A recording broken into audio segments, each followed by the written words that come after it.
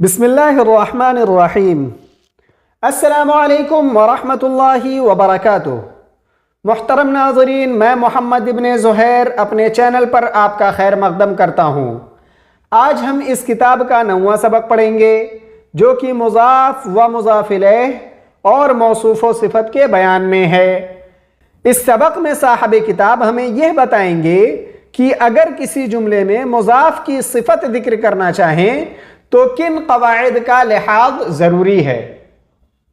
تو صاحب کتاب کہتے ہیں سبق نمبر 9، مضاف و مضاف الیہ نیز موصوف و صفت کے قواعد جان لینے کے بعد یہ سمجھیے کہ اگر کسی جملے میں مضاف کی صفت ذکر کرنا چاہیں تو اس کے لیے مندرجہ ذیل قواعد کا ملحوظ رکھنا ضروری ہے۔ کون سے قواعد ہیں وہ؟ کہتے ہیں قاعدہ نمبر 1، مضاف کی صفت مضاف الیہ کے بعد آئے گی، یعنی مضاف کے بعد مضاف الیہ اور اس مضاف الیہ کے بعد صفت آئے گی۔ اس کے بعد قاعدہ نمبر 2، صفت کیا ہوگی؟ صفت معرف باللام ہوگی، یعنی صفت نکرہ استعمال نہیں ہوگی بلکہ صفت معرفہ استعمال ہوگی، الف لام کے ذریعہ اس کو معرفہ بنا دیا جائے گا۔ اس کے بعد قاعدہ نمبر 3، قاعدہ نمبر 3 کیا ہے؟ وہ صفت یعنی مضاف کی جو صفت بیان کی جائے گی وہ صفت اعراب میں نیز تذکیر و تانیث یعنی مذکر اور مؤنث ہونے میں، افراد یعنی واحد، تثنیہ اور جمع ہونے میں مضاف کے تابع ہوگی۔ اب یہاں پر صاحب کتاب ان تینوں قواعد کو ملحوظ رکھتے ہوئے مثال بیان کرتے ہیں۔ کہتے ہیں فراش المدرسۃ النشیط موجود فی المکتب۔ اب یہاں پر دیکھیے قاعدہ نمبر 1 کا لحاظ کرتے ہوئے صاحب کتاب نے سب سے پہلے مضاف ذکر کیا، مضاف کے بعد المدرستی مضاف الیہ، اور مضاف الیہ کے بعد النشیطو جو کہ فراشو کی صفت ہے اس کو مضاف الیہ کے بعد بیان کیا۔ تو قاعدہ نمبر 1 کا لحاظ ہو گیا، مضاف کے بعد مضاف الیہ اور مضاف الیہ کے بعد صفت ذکر کی گئی۔ اب اس کے بعد یہاں پر آپ اس مثال میں یہ بھی دیکھ رہے ہیں کہ النشیطو یہ نکرہ نہیں ہے بلکہ الف لام کے ذریعے اس کو معرفہ بنا دیا گیا ہے، ٹھیک ہے؟ قاعدہ نمبر 2 کا بھی لحاظ ہو گیا۔ اس کے بعد صاحب کتاب کہتے ہیں قاعدہ نمبر 3 کے تحت صفت اعراب میں نیز تذکیر و تانیث افراد تثنیہ جمع میں مضاف کے تابع ہوگی۔ اب یہاں پر دیکھیے فراشو مضاف جو ہے وہ مذکر استعمال ہوا ہے، فراشو مضاف مذکر استعمال ہوا ہے تو اس کی صفت جو ہے وہ کیا لائی؟ النشیطو صفت مذکر استعمال کی صاحب کتاب نے، ٹھیک ہے؟ ترکیب کیا ہوگی؟ فراش المدرسۃ النشیط موجود فی المکتب، فراشو مضاف المدرستی مضاف الیہ اور النشیط فراشو مضاف کی صفت۔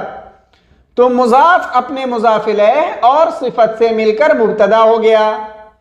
اب یہاں پر موجود فی المکتب، فی حرف جر، المکتب مجرور، جار مجرور سے مل کر متعلق ہوا موجود کے، اور موجود اپنے متعلقات سے مل کر خبر ہو گیا کس کا؟ مبتدا کا، ٹھیک ہے؟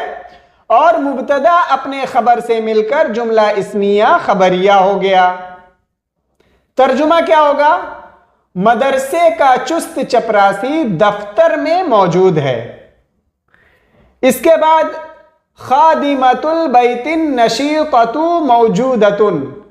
اب یہاں پر دیکھیے خادمۃ مضاف جو ہے وہ مؤنث استعمال ہوا ہے، خادمۃ مضاف مؤنث، البیتی مضاف الیہ اور النشیطۃ صفت بھی مؤنث استعمال کیا۔ کیوں؟ کیونکہ مضاف جو ہے وہ مؤنث ہے، ٹھیک ہے؟ تو ترکیب کیا ہوگی؟ مضاف اپنے مضاف الیہ اور صفت سے مل کر مبتدا ہوا اور موجودتن اس کی خبر، اور مبتدا اپنے خبر سے مل کر جملہ اسمیہ خبریہ ہو گیا۔ ترجمہ کیا ہے؟ گھر کی چست خادمہ موجود ہے۔ اب یہاں پر صاحب کتاب وہی بات بتا رہے ہیں جو میں نے آپ کو پیچھے بتا دی۔ کہتے ہیں مذکورہ دونوں مثالوں میں سے پہلی مثال میں النشیط فراش مضاف کی صفت ہے جو مضاف الیہ کے بعد ہے، نیز معرفہ ہے۔ کیا معرفہ ہے؟ النشیط، ٹھیک ہے۔ اور معرفہ لانے کی وجہ یہ ہے کہ مضاف اضافت کی وجہ سے معرفہ ہو گیا ہے، اس لیے موصوف و صفت میں مطابقت کے لیے مطابقت کے لیے اس کی صفت کو بھی معرفہ ہونا ضروری ہے۔ اس کے بعد کہتے ہیں اور اعراب و تذکیر میں بھی، یعنی اعراب میں اور مذکر ہونے میں بھی دونوں میں مطابقت ہے۔ اسی طریقے سے دوسری مثال النشیطۃ تانیث ہونے کے لحاظ سے مضاف کے مطابق ہے، اور خبر چونکہ مضاف کے تابع ہوتی ہے اس لیے پہلی مثال میں خبر مذکر ہے اور دوسری مثال میں خبر مؤنث ہے۔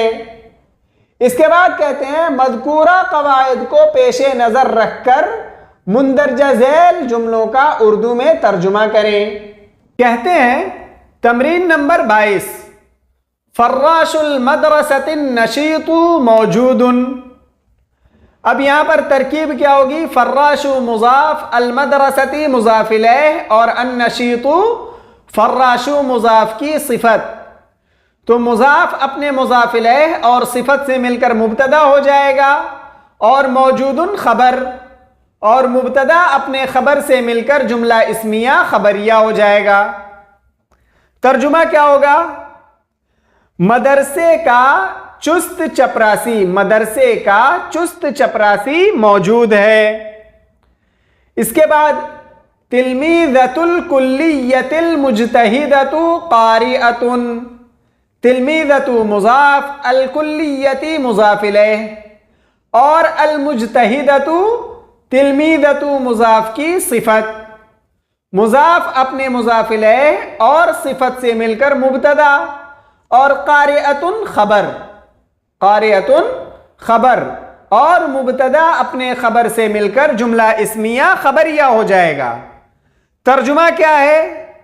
کالج کی محنتی طالبہ پڑھ رہی ہے۔ اس کے بعد ولد الاستاذ الصغیر جالس، ولد مضاف، الاستاذی مضاف الیہ، اور الصغیر ولد مضاف کی صفت، مضاف اپنے مضاف الیہ اور صفت سے مل کر مبتدا ہوا، اور جالس خبر، اور مبتدا اپنے خبر سے مل کر جملہ اسمیہ خبریہ ہو گیا۔ ٹھیک ہے۔ ترجمہ کیا ہوگا؟ استاد کا چھوٹا لڑکا بیٹھا ہے۔ اس کے بعد بنت خالد الکبیرۃ مشغولۃ۔ اب یہاں پر ایک چیز دیکھیے، بنتو مضاف ہے اور خالد مضاف الیہ۔ اب یہاں پر دیکھیے مضاف الیہ پر عام طور سے الف لام داخل ہوتا ہے، لیکن یہاں پر الف لام داخل نہیں ہے۔ اس کی وجہ یہ ہے کہ مضاف الیہ علم ہے، اور آپ نے پیچھے پڑھا ہے کہ جب مضاف الیہ علم ہو تو اس پر الف لام داخل نہیں ہوتا۔ علم یعنی اسم ہو تو الف لام اس پر داخل نہیں ہوتا۔ اب یہاں پر ایک چیز آپ اور دیکھیں گے، بنتو خالدی نل کبیرتو، یہاں پر نون قطنی لگایا گیا، کس سے پہلے؟ صفت سے پہلے۔ یہ نون قطنی کیوں لگایا گیا؟ خالدین کی تنوین کو ظاہر کرنے کے لیے۔ ٹھیک ہے، بنتو خالدی نل کبیرتی، بنتو خالدی نل کبیرتی، یہاں پر خالدین کی تنوین کو ظاہر کرنے کے لیے چونکہ مضاف الیہ ہونے کی وجہ سے خالدین کی تنوین کو صرف ایک زیر سے بدل دیا جائے گا اور اسے ظاہر کرنے کے لیے صفت سے پہلے نون قطنی لگا دیا گیا۔ تو کیسے پڑھیں گے اس جملے کو؟ بنت خالدین الکبیرۃ مشغولۃ، بنت مضاف، خالدی مضاف الیہ اور الکبیرۃ بنت مضاف کی صفت، مضاف اپنے مضاف الیہ اور صفت سے مل کر مبتدا اور مشغولۃ خبر، مبتدا اپنے خبر سے مل کر جملہ اسمیہ خبریہ ہو گیا۔ ترجمہ کیا ہوگا؟ خالد کی بڑی بیٹی، خالد کی بڑی بیٹی مشغول ہے۔ اسی طرح مجلۃ المدرسۃ العربیۃ جیدۃ، مقالۃ المجلۃ الجدیدۃ صعبۃ، مسجد المدینۃ الکبیر واسع، حجرۃ الاستاذ الواسعۃ منورۃ، بوابۃ المدرسۃ الرئیسیۃ مغلقۃ، بیت خالد الصغیر نظیف۔ 4 جملوں کا ترجمہ اور ترکیب میں نے خود بتا دی، باقی کے جو جملے بچے ہیں اس کا ترجمہ آپ خود کریں گے اور ترکیب بھی آپ خود کریں گے۔ اس کے بعد صاحب کتاب کہتے ہیں تمرین نمبر 23، مندرجہ ذیل جملوں کی عربی بنائیں۔ کہتے ہیں مسجد کا صدر دروازہ کھلا ہوا ہے، تو مسجد کا صدر دروازہ بوابۃ المسجد الرئیسیۃ، بوابۃ المسجد الرئیسیۃ مفتوحۃ، بوابۃ مضاف، المسجد مضاف الیہ اور الرئیسیۃ یہ بوابۃ مضاف کی صفت، مضاف اپنے مضاف الیہ اور صفت سے مل کر مبتدا ہوا اور مفتوحۃ خبر، مبتدا اپنے خبر سے مل کر جملہ اسمیہ خبریہ ہو گیا۔ اس کے بعد استاد کا بڑا کمرہ صاف ستھرا ہے، استاد کا بڑا کمرہ، تو حجرۃ الاستاذ الکبیرۃ، حجرۃ الاستاذ الکبیرۃ نظیفۃ، حجرۃ مضاف، الاستاذی مضاف الیہ اور الکبیرۃ صفت، مضاف اپنے مضاف الیہ اور صفت سے مل کر مبتدا اور نظیفۃ اس کی خبر۔ اس کے بعد طالب علم کا پرانا بستہ خوبصورت ہے، تو محفظۃ التلمیذ القدیمۃ، محفظۃ التلمیذ القدیمۃ جمیلۃ، محفظۃ مضاف، التلمیذی مضاف الیہ اور القدیمۃ صفت، مضاف اپنے مضاف الیہ اور صفت سے مل کر مبتدا اور جمیلۃ اس کی خبر اور مبتدا اپنے خبر سے مل کر جملہ اسمیہ خبریہ ہو گیا۔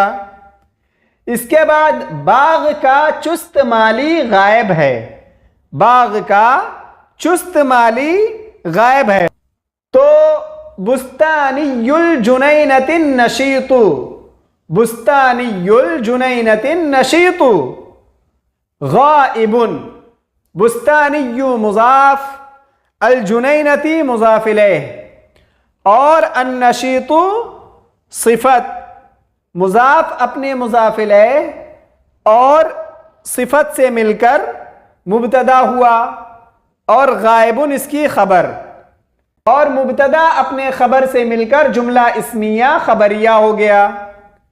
اس کے بعد لڑکے کی پرانی سائیکل عمدہ ہے، کمرے کی کشادہ کھڑکی کھلی ہوئی ہے، درسگاہ کی خوبصورت گھڑی بند ہے، کمرے کا نیا پنکھا چل رہا ہے، شہر کا پرانا قلعہ بڑا ہے، کتاب کا پہلا سبق آسان ہے۔ اس کے بعد صاحب کتاب تمرین نمبر 24 میں کہتے ہیں 10 جملے ایسے لکھو جس میں مضاف کی صفت مذکور ہو اور خبر بھی ذکر کریں. یعنی 10 جملے ایسے لکھنے ہیں جس میں مضاف، مضاف الیہ اور صفت تینوں ذکر ہوں، اور چونکہ مضاف، مضاف الیہ اور صفت مل کر مبتدا ہوں گے تو مبتدا کی خبر بھی ذکر کرنی ہے. ٹھیک ہے، یہاں پر میں 2 جملے بتا دیتا ہوں. جیسے ایک جملہ ہے مکتب الاستاذ الکبیر، مکتب الاستاذ الکبیر نظیف. ٹھیک ہے، استاد کی بڑی میز صاف ستھری ہے.